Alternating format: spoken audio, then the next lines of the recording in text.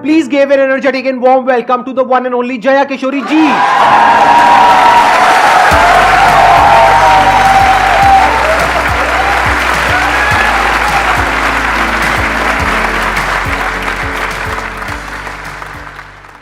इनकी स्माइल में इतनी पॉजिटिविटी है, आई थिंक इनको कुछ बोलने की जरूरत ही नहीं है। अगर ये पूरे सेशन में यहाँ पर सिर्फ बैठ करके स्माइल करती रहे तो आई थिंक ये सेशन बहुत अच्छा हो जाएगा। इनका एक मोटिवेशनल चैनल भी है। इनफैक्ट आपकी कुछ वीडियोस देख करके मैं खुद मोटिवेट हुआ हूँ, and I am not kidding.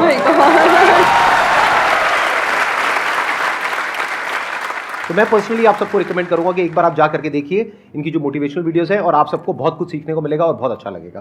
Thank you so much. और आपसे इंस्पायर होकर शायद हमने चैनल खोला है।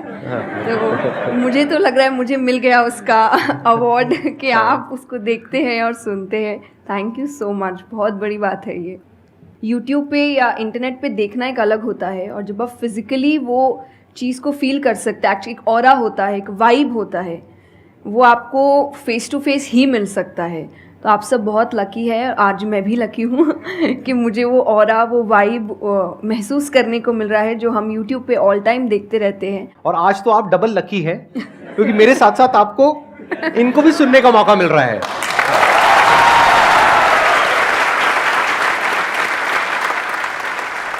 आपके मन में जो भी क्वेश्चंस है, जैसे भी क्वेश्चंस है, आप इनसे पूछ सकते हैं। First of all, thank you very much for giving me this opportunity. I want to ask you कि like आपने ये क्यों चूज़ किया कि you want to go into spirituality, कि मुझे इस चीज़ में ही जाना है? टू बी वेरी ऑनेस्ट, मैंने चूज़ नहीं किया था, इस स्थान ने मुझे चूज़ किया था, क्योंकि मैंने शुरुआत 6 साल की उम्र से की थी।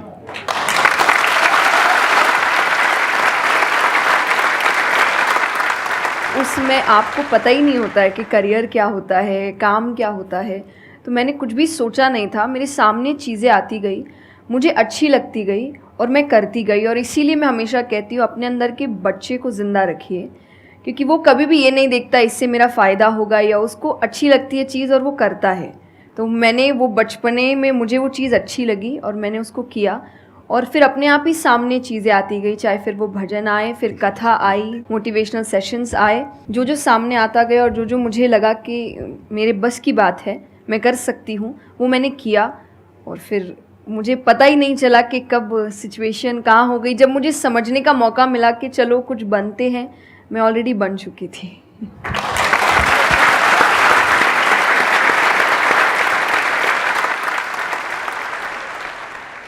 मेरा क्वेश्चन कंसंट्रेशन पावर को लेके है, या दूसरी तरह से बोल सकते हैं अवेयरनेस को लेके। जैसे किसी भी काम पे जो ध्यान लगाने की कैपेबिलिटी होती है वो डिफ़र करती है पर्सन टू पर्सन। मुझे पूछना था क्या कोई इसका बायोलॉजिकल बेसिस भी है, या सिर्फ प्रैक्टिस पे डिपेंड करता है कि किसी की प्रैक्टिस थोड़ी कम है और किसी की ज़्यादा? कई ऐसे एक्सरसाइजेज है जो आपको हेल्प करती है कंसंट्रेशन के लिए। तो जो मैं एक्सरसाइज फॉलो करती हूँ वो लिसनिंग प्रैक्टिस है, कि मैं सोने से पहले या सुबह उठ के कुछ देर 5 मिनट्स 10 मिनट्स में बिल्कुल शांत माहौल में और मैं साउंड सुनने की कोशिश करती हूँ। और ऐसा माना जाता है कि जिस दिन आपको 5 से ज़्यादा साउंड सुनने लग जाए, और 5 का मतलब हुआ कि ऐसा नहीं कि आपके घर में टीवी और मिक्सी और सब चल रहा है तो आप कहे कि अरे भाई 5 साउंड सुनाई दे दिए, नहीं। जब शांति हो तो वो एक बहुत अच्छी प्रैक्टिस है जो आपके दिमाग को हेल्प करती है किसी एक चीज़ पर ध्यान लगाने के लिए। तो आप ऐसे कंसंट्रेशन पावर के एक्सरसाइजेज होती कर सकते हैं, और जो मैं करती हूँ मैंने आपको बताया, मैं रोज़ करती हूँ। अभी तक मैं 3 से आगे बढ़ी नहीं हूँ, लेकिन आई होप जल्दी 5 आवाज़ों से ज़्यादा सुनाई देने लग जाए।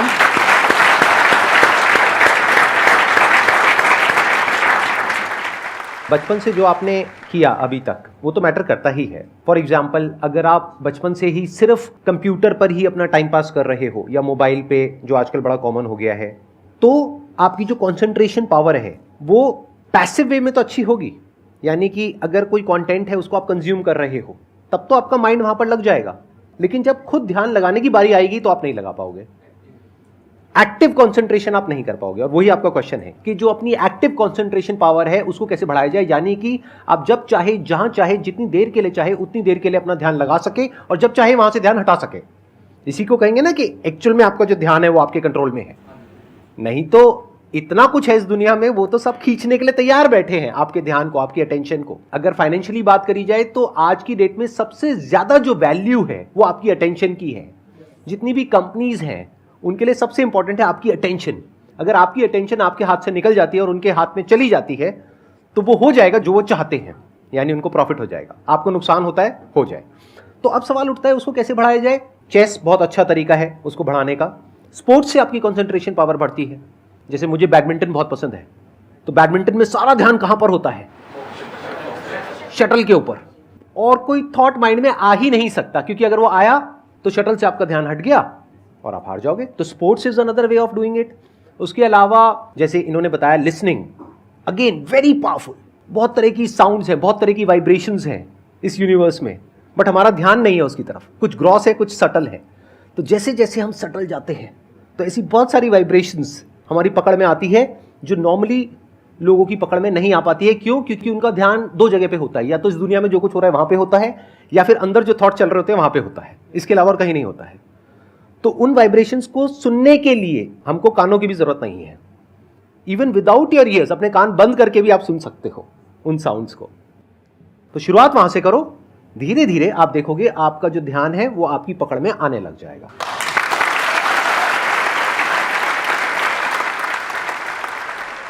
मेरा क्वेश्चन आपसे मतलब दोनों से ही है, वो ये कि हम लोग मतलब आज की सोशल मीडिया वाला ज़माना है तो हम लोग बहुत डिस्ट्रैक्टेड रहते हैं, और जब भी स्पिरिचुअलिटी की बात होती है फैमिली में, फ्रेंड्स में, तो सभी ये कहते हैं कि स्पिरिचुअल अभी होने की ज़रूरत नहीं है, करियर पे ध्यान दो, अभी कौन सा टाइम है, बाद में देख लेना। और हम लोगों के घरों में भी हम देखते हैं। तो मैम ये चीज़ कैसे, मतलब उनको कैसे समझाई जाए कि ये चीज़ कितनी इम्पॉर्टेंट है और उसकी इम्पोर्टेंस क्या है? मेरे हिसाब से, और आई थिंक मेरे क्या पूरी दुनिया के हिसाब से, जो भी स्पिरिचुअलिटी को ठीक से समझता है ये यंग एज प्रोसेस ही है। जैसे अगर आप रिलीजियस वे में भी सुने तो भगवान को हम कुछ भी चढ़ाते हैं वो फ्रेश होता है। प्रसाद है, फूल है, कुछ भी एक दिन दो दिन पहले नहीं होता। तो हम खुद इतने पुराने होके क्यों फिर अपने आप को चढ़ाते हैं?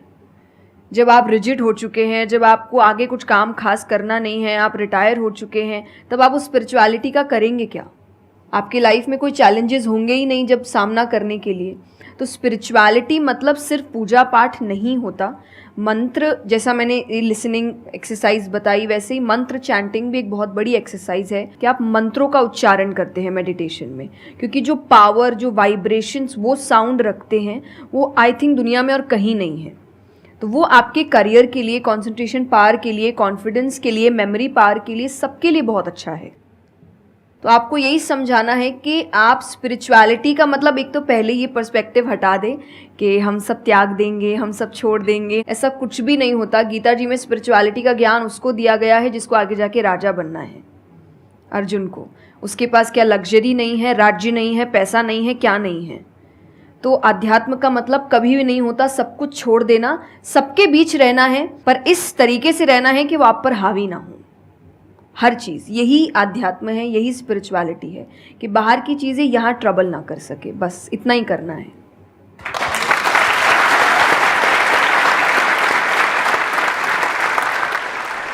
अर्जुन कह रहा है कि क्या मैं सब कुछ छोड़ छाड़ के चला जाऊं? और भगवान कृष्ण उसको क्या बोल रहे हैं कि अभी जो तुम्हें करना है उस पर ध्यान दो। सब कुछ छोड़ना सॉल्यूशन नहीं है। खुद को पहचानो कि तुम क्या हो। जो प्रॉब्लम की पूरी जड़ थी वहां पर वो ये थी कि अर्जुन भूल गया था कुछ देर के लिए कि वो एक्चुअल में कौन है, जैसे हम भूल जाते हैं। तो भगवान उसको याद दिलाने का काम कर रहे हैं कि तुम एक योद्धा हो, तुम्हारा काम है लड़ना धर्म के लिए। तो भगवान उसको वो ज्ञान दे रहे हैं। ऐसे ही अगर आप एक स्टूडेंट हो तो आपका काम क्या है? पढ़ाई करना। अब आपको देखना है कि उसमें ये जो बातें हैं, इनकी बातें, मेरी बातें, या कहीं भी हमारे जो स्क्रिप्चर्स में बातें हैं, वो किस तरह से आपको काम आ सकती है वो करने में, जो अभी आपकी लाइफ की इस स्टेज में, इस पॉइंट पर आपके लिए करना सबसे इंपॉर्टेंट है।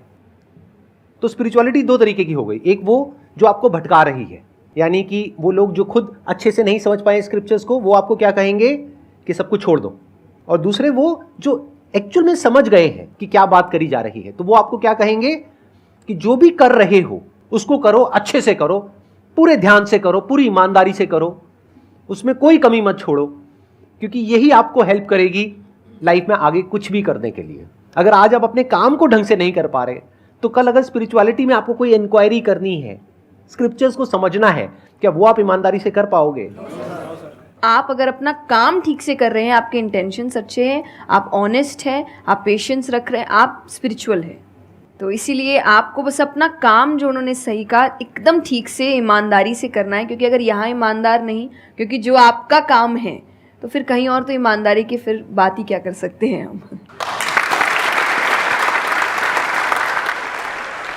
मैम मेरा आप दोनों से ही है मेरा क्वेश्चन कि रियल फ्रेंडशिप का एसेंस आज खोते जा रहा है। हम सैटरडे संडे को पार्टी तो कर रहे हैं फ्रेंड्स के साथ, लेकिन जब रियल फ्रेंडशिप का टेस्ट होता है तो most of the friends fail हो जाते हैं, और हम भी फेल हो जाते हैं उसमें अपने दोस्तों को। हम ये तो भूल जाते हैं कि वो हमारे दोस्त नहीं है अच्छे, तो हम भी तो नहीं हैं। तो ये चीज़ हम रियल फ्रेंडशिप को आज कैसे वापस उसके एसेंस को रीजनरेट करें और खुद भी दूसरों के अच्छे दोस्त बने। दोस्ती बहुत बहुत ज़रूरी होती है, और इस पे भी मेरा एक छोटा सा वीडियो है कि आप फ्रेंड्स को आइडेंटिफाई कैसे करें, या वही जो क्वालिटीज़ है वो खुद में भी कैसे लाएं। तो सबसे पहली क्वालिटी यही है कि हम जो सिर्फ सैटरडे संडे जिन दोस्तों से पार्टी करने के लिए मिल रहे हैं, वो आपके दोस्त नहीं होते हैं। वो आप बस एंटरटेनमेंट के लिए, आपको मस्ती करना है, मज़ा करना है, तो आप मिल रहे हो। लेकिन एक्चुअल जो आपके दोस्त होते हैं ना, वो आपको भी सिखाते हैं, आप उनको भी सिखाते हैं, वो आपके साथ ग्रो करते हैं। और जैसा आपने कहा एसेंस, जैसे मैं मेरे पेरेंट्स के जो दोस्त हैं, सालों से इक्के दुक्के हैं, लेकिन अभी तक हैं। और अभी भी हम कई बार ऐसा लगता है कि आप ऐसे कैसे बात कर रहे हो उनसे, तो वो कहते हैं हमारे दोस्तों को अपने दोस्तों जैसा मत समझना कि हम एक दो बोल देंगे या एक दो चीज़ें हो जाएंगी और हमारी दोस्ती टूट जाएगी। हमारी दोस्ती इस चीज़ पर नहीं बनी है। वो अगर महीनों भी एक दूसरे से नहीं मिल रहे हैं, या एक साल तक भी उन्होंने बात नहीं की है, वो एक साल बाद भी फ़ोन करते तो वो वैसे ही होते जैसे वो एक साल पहले थे, जहाँ उनकी बात छूटी थी, बिल्कुल वैसे। तो सबसे पहली चीज़ कि यही कि ज़रूरी नहीं है आपको अपने दोस्तों से हर एक इंटरवल में मिलना है, तभी आपकी दोस्ती कायम रह सकती है। क्योंकि अब लोग आगे बढ़ रहे हैं, बिज़ी हो रहे हैं, काम कर रहे हैं, दूसरे शहरों में पढ़ने जा रहे हैं। अगर आपकी दोस्ती सिर्फ मिलने मिलाने से और मस्ती करने से, तो वो दोस्ती नहीं है। तो ये सबसे पहली चीज़ है कि जो आपको आपके सिचुएशन को समझे, वाइस वर्सा आप उसके सिचुएशन को समझिए कि दोस्ती है पर ज़िंदगी भी है, काम भी है, मेहनत भी है, परिवार भी है। सबसे बड़ी तपस्या, सबसे बड़ा तप मैं कहती हूँ गृहस्थ जीवन ही है। Thank you for the complement.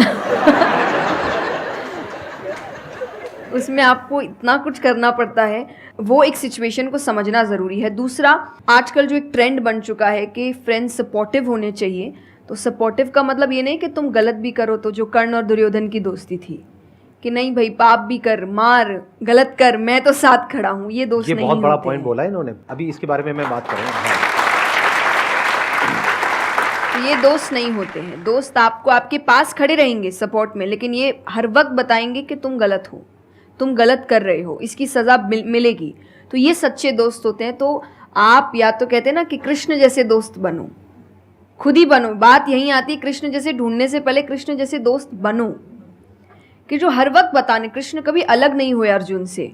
जब वो कहने लगा कि मैं नहीं लड़ सकता, ये नहीं, उन्होंने उस वक्त बहुत डांटा कि क्षत्रिय है, ये तरीका है बात करने का, ऐसे बोलते हैं, तो इतना बड़ा महाबाहु है, बड़े बड़े नाम बताए, याद दिलाया कि तुम कितने अच्छे हो।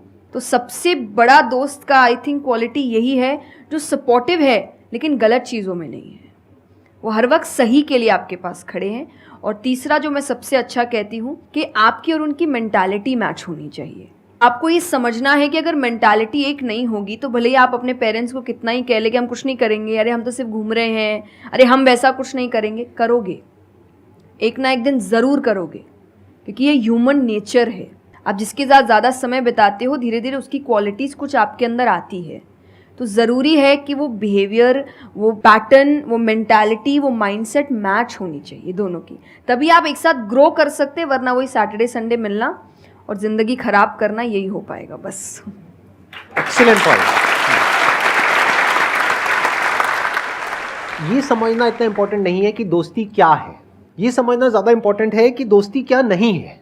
अगर आपका जो दोस्त है वो कुछ गलत कर रहा है, तो उसका साथ देना दोस्ती नहीं है। क्योंकि अगर आप गलत में भी उसका साथ दोगे तो वो और पावरफुल हो जाएगा, वो और बड़ा गलत काम करेगा। मानो आपका दोस्त पी करके गाड़ी चला रहा है, तो दोस्ती ये नहीं है कि उसको बोलना कि हाँ चल कर कर कर कर कोई नहीं, और बड़ा और बड़ा और बड़ा नहीं। उस वक्त क्या बोलना, गाड़ी रोक, मैं उतर रहा हूं। अब उसके बाद आपका क्या होगा वो बाद में देखेंगे, वो डिपेंड करता है कि आपको कहाँ उतारा उसने। जो इन्होंने एग्जाम्पल दिया दुर्योधन वाला, बहुत इंपॉर्टेंट है वो समझना। ऐसे लोगों से दूर रहो, ये दोस्ती है। दोस्ती को तोड़ देना दोस्ती होता है बहुत बार। कई बार लाइफ में ऐसा पॉइंट आ जाता है जो एक धर्म संकट के जैसा होता है, जहां पर जा करके आपको साफ नजर आ रहा होता है कि ये जो इंसान है ये सिर्फ अपना ही नहीं मेरा भी सर्वनाश कर देगा। ऐसे लोगों को छोड़ देना दोस्ती है। फिर अगर उसके अंदर इंसानियत वापस से जागती है तो वापस से वो अगर आपके पास में आता है तो ठीक है, नहीं आता है तो कोई बात नहीं, छोड़ दो ऐसे दोस्त को। तो बड़े ध्यान से चुनना अपने जो दोस्त हैं। जो इन्होंने कहा संगति बहुत इंपॉर्टेंट है लाइफ में, इसीलिए पहले के जमाने में सत्संग की इतनी वैल्यू होती थी। हर घर में एक सत्संग हॉल होता था एक जमाने में। आज जैसे हम सत्संग का नाम सुनते हैं हमारे माइंड में कुछ और ही आने लग जाता है। सत्संग मतलब सत्य के संग। सत्य मतलब वही जो इन्होंने कहा कि जब कोई सही रास्ते पे चल रहा है तो उसका साथ देना, और कोई झूठ के रास्ते पे चल रहा है, कोई गलत काम कर रहा है तो उसका साथ छोड़ देना। तो सत्य के साथ रहना। वो लोग जो सत्य बोलते हैं, वो लोग जो सत्य की राह पे चल रहे हैं, वो लोग जो धर्म की राह पे चल रहे हैं। ये वर्ड सुनने में आपको थोड़े से पुराने लगेंगे, लेकिन अगर इसकी डेप्थ को आप समझोगे तो अंदर से आप समझ पाओगे कि मैं क्या बोल रहा हूं, किस लेवल से बोल रहा हूं। Hello sir, hello ma'am. Ma'am मतलब कई बार हम सुनते भी हैं, बहुत जगह देखते हैं, और कई बार बहुत बार हम पढ़ते भी हैं। मैम मुझे ये पूछना है कि मैम भक्ति क्या है, मतलब भक्ति क्या होती है? आज ये ज़माना अलग हो गया है कि भगवान से भी लेन देन का मामला चल रहा है कि आप मेरा ये काम कर दो तो ये हो जाएगा, और काम एक भी नहीं हुआ तो भगवान बदल ले, कि भाई कहीं और माथा टेकते हैं, यहाँ तो काम हो नहीं रहा। तो ये भक्ति नहीं होती। तो एक तो जो परसेप्शन भक्ति का बन गया है कि भजन कीर्तन पूजा पाठ कर लिया और भक्ति हो गई। भक्ति का असल मीनिंग है सरेंडर, समर्पण। और समर्पण व्यक्ति कब करता है? जब पहला चीज़ विश्वास होता है कि वो जो भी करता है वो सही करता है।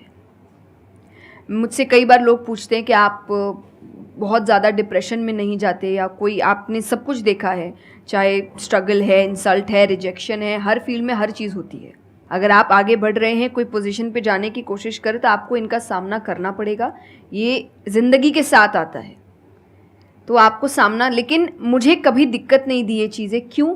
क्योंकि जो मैंने कहा समर्पण, मुझे पता है कि एक ऐसी शक्ति ऊपर बैठी है जो मेरा बुरा नहीं चाहती।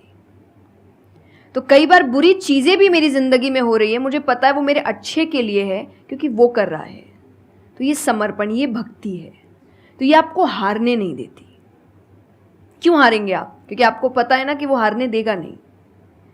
तो आप अपने आप गिरे, आप फिर उठेंगे कि नहीं भाई अभी गिरना शायद ज़रूरी होगा, उसका इशारा है, इसीलिए चलो फिर उठते हैं, फिर आगे बढ़ते हैं। तो अर्जुन ने भी, जब समर्पण की बात गीता जी में आती है तो कई लोग कहते हैं कि धर्म का मतलब होता है अंधविश्वास। नहीं, क्योंकि अगर अंधविश्वास होता, अंधविश्वास में क्वेश्चन करना अलाउड नहीं होता आपको। गीता अगर सिर्फ भगवान की बात होती तो 2 पन्ने में ख़त्म हो गई होती। ये दोनों के बीच की बात है जिसमें अर्जुन ये जानते हुए कि सामने कौन खड़ा है, क्वेश्चन करने की तो कोई सवाल ही नहीं था वहाँ पर कि भगवान लड़ने बोल रहा है, क्या क्वेश्चन करना, पर उसने कंटिन्यूसली क्वेश्चंस किए हैं। पर उसका भी नाम आया था समर्पण, कि वो समर्पित होकर क्वेश्चन कर रहा था कि ये जो खड़ा है ये मेरे हर सवाल का जवाब जानता है, ये मुझसे कभी कुछ गलत काम नहीं कराएगा। लेकिन इसका मतलब ये नहीं कि मैं अपनी जिज्ञासा बाहर नहीं निकालूंगा, मैं अपने क्वेश्चंस पूछूंगा। तो भक्ति का अर्थ यही होता है कि पहला निष्काम होता है। क्या फ़ायदा मत ढूंढिए कि मेरा काम नहीं हुआ तो भगवान है ही नहीं। भाई भगवान कहाँ है? भगवान होते तो ऐसा होता क्या? वो तो इंसान है इसीलिए ऐसे हो रहे काम। भगवान ने तो सबको देखे, बच्चा तो मासूम ही होता है, बड़े होके ख़राब हो जाता है। कोई बच्चा गलत आपने देखा है क्या? छोटा सा बच्चा ही डॉन बनने के बारे में सोच रहा है, वो तो बच्चा ही होता है, मासूम होता है, सच्चा होता है। तो भगवान इसलिए कहते हैं बच्चे भगवान का रूप है, क्योंकि वो एकदम प्योर होते हैं। बड़े होने के बाद हम काम खराब करते हैं और नाम फिर हम भगवान का देते हैं, क्योंकि हमको इल्ज़ाम लगाने के लिए लोग चाहिए। ये फेलियर्स के लिए भी, आप फेलियर्स के लिए भी हम कहते हैं मेरा काम अच्छा नहीं था, मेरा समय अच्छा नहीं था, मुझे पेरेंट्स ने सपोर्ट नहीं किया, मेरे पास ये नहीं था। वरना अगर देखा जाए इन्हीं सिचुएशन में कई लोग हैं जो काम करके आगे बढ़ जाते हैं। तो करने वाला तो कर लेगा, नहीं करने वाला इल्ज़ाम लगाएगा। तो वो इल्ज़ाम अभी हमें ऐसे दिखता है एक ऐसा कोई है जो सामने तो खड़ा नहीं है, भगवान लगाओ इल्ज़ाम। एक फ़ोटो है ना इंटरनेट पे कि एक भगवान खड़े, छोटी बच्ची खड़ी है, छोटी बच्ची के हाथ में एक टेडी बेयर है, तो भगवान वो मांग रहे हैं और वो बच्ची बोली मुझे बहुत अच्छा लगता है, मुझे नहीं देना। उसको नहीं पता कि भगवान के पास पीछे एक बड़ा सा टेडी बेयर रखा है और भगवान उसको कह रहे कि बस दे दो और मुझ पे विश्वास रखो कि वो दे दो छोटी चीज़ जो तुमसे आपको वो बुरी लग रही है उस वक्त कि मेरे साथ गलत हो गया या मेरा छोटा काम नहीं हुआ, मैंने तो इतनी पूजा की थी, इतना काम किया था, शायद तुम उस काम के लिए नहीं बने हो, तुम और बड़े चीज़ के लिए बने हो। तो निष्काम क्या है कि आपकी भक्ति निष्काम है, स्वार्थ से नहीं बनी है, तो भक्ति आगे बढ़ेगी। दूसरा सरेंडर, कि मेरे हर सवाल का उत्तर सिर्फ उसके पास है। तो ये दो चीज़ें भक्ति बनाती हैं।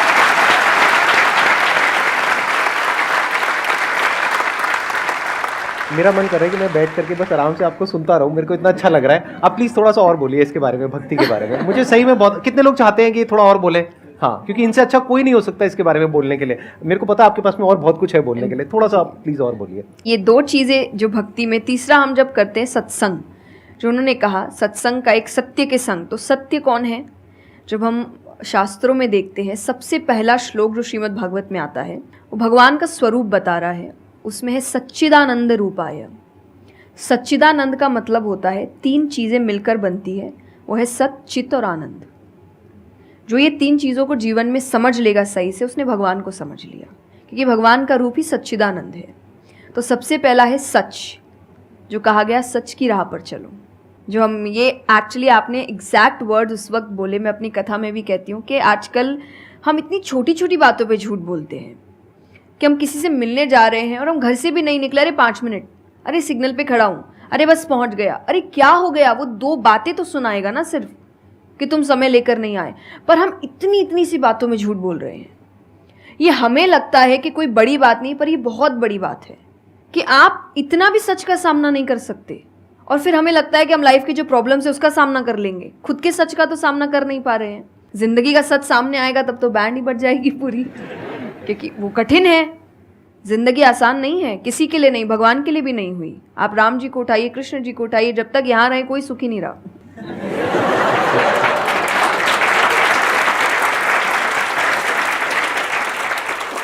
तो सुखी तो कोई नहीं रहा यहाँ पर। आपको सुख खुद ढूंढना पड़ता है, आपको अपना जीवन खुद निकालना पड़ता है अपने चॉइसेस को लेकर। तो इसीलिए पहला सत है। दूसरा चित है, अवेयरनेस। हम अवेयर नहीं हैं चीज़ों को लेकर, हम इग्नोर करते हैं। अवेयरनेस और इग्नोरेंस ये ऑपोजिट्स हो गए कि आप कोई भी चीज़ आपको समझ नहीं आ रही है, नहीं है। मैं अधिकतर नास्तिक लोगों को आप देखिए, उनको अगर पूछे ना भगवान को मानते हैं, तो उनके पास एग्जैक्ट रीजंस नहीं होते कि क्यों नहीं मानते, बस नहीं है, दिखा नहीं, मुझे नहीं दिखा तो नहीं है। तो तुम्हें तो बहुत चीज़ें नहीं दिख रही। मेरे पापा इस पर मैंने एक बार से क्वेश्चन किया था कि बोले तो पापा कैसे जवाब दे? तो पापा बोले उनको पूछना उन्होंने अपने परदादा को देखा था। देखा तो नहीं होगा।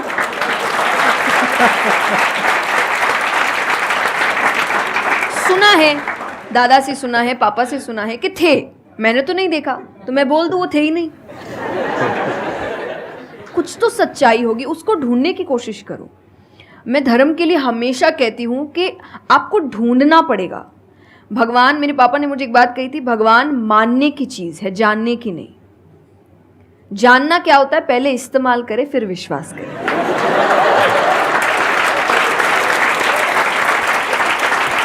कि पहले देखेंगे है कि नहीं है, फिर बताएंगे, तो वो तो भगवान है, वो कहेंगे देख मैं भी घुमाता हूँ। वो भगवान है भाई। उनको अगर आप बोलोगे कि मेरे सामने आ, मुझे दिखा तू है कि नहीं, तो बोलेंगे घूम, नहीं दिखाता, कभी नहीं हुई, नहीं जा।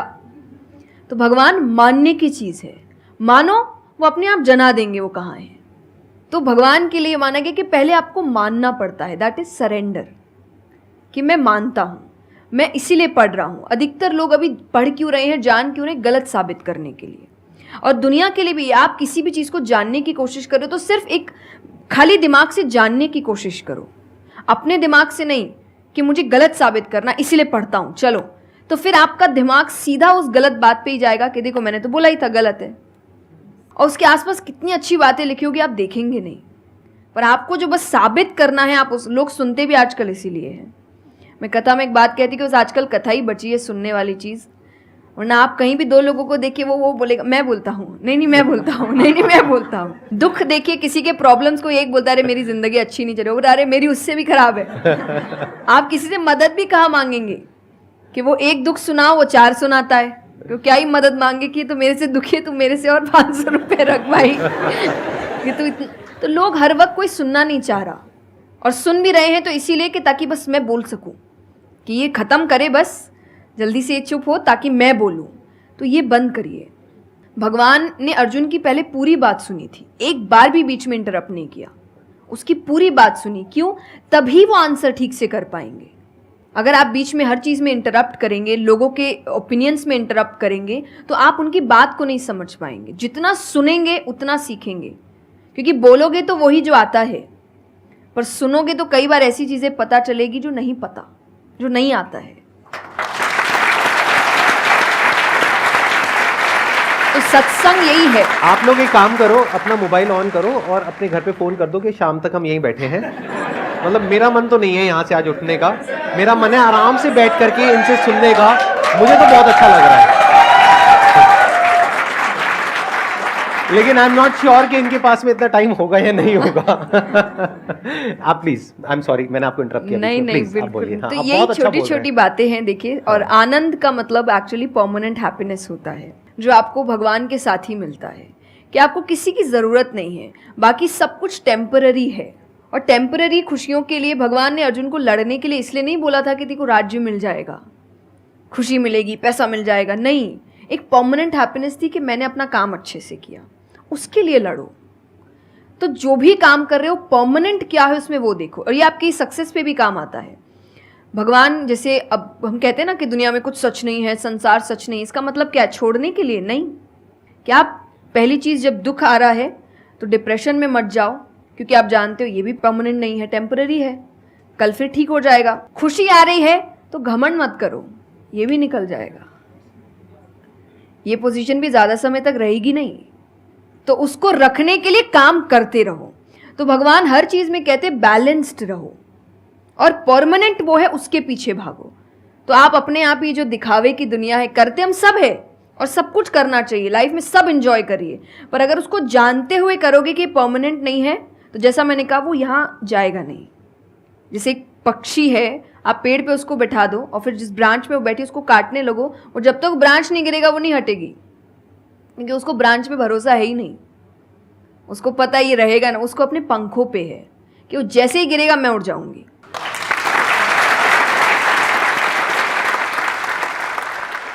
एक सॉन्ग अगर आप प्लीज, उस पे हम एंड कर सकते हैं सेशन को। हाँ, अगर आपको कोई प्रॉब्लम ना हो तो। हाँ प्लीज।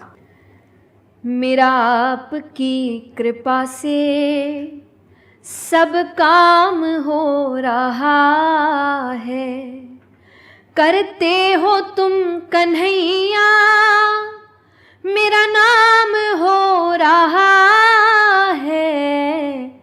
मेरा आपकी कृपा से सब काम हो रहा है। बहुत बढ़िया।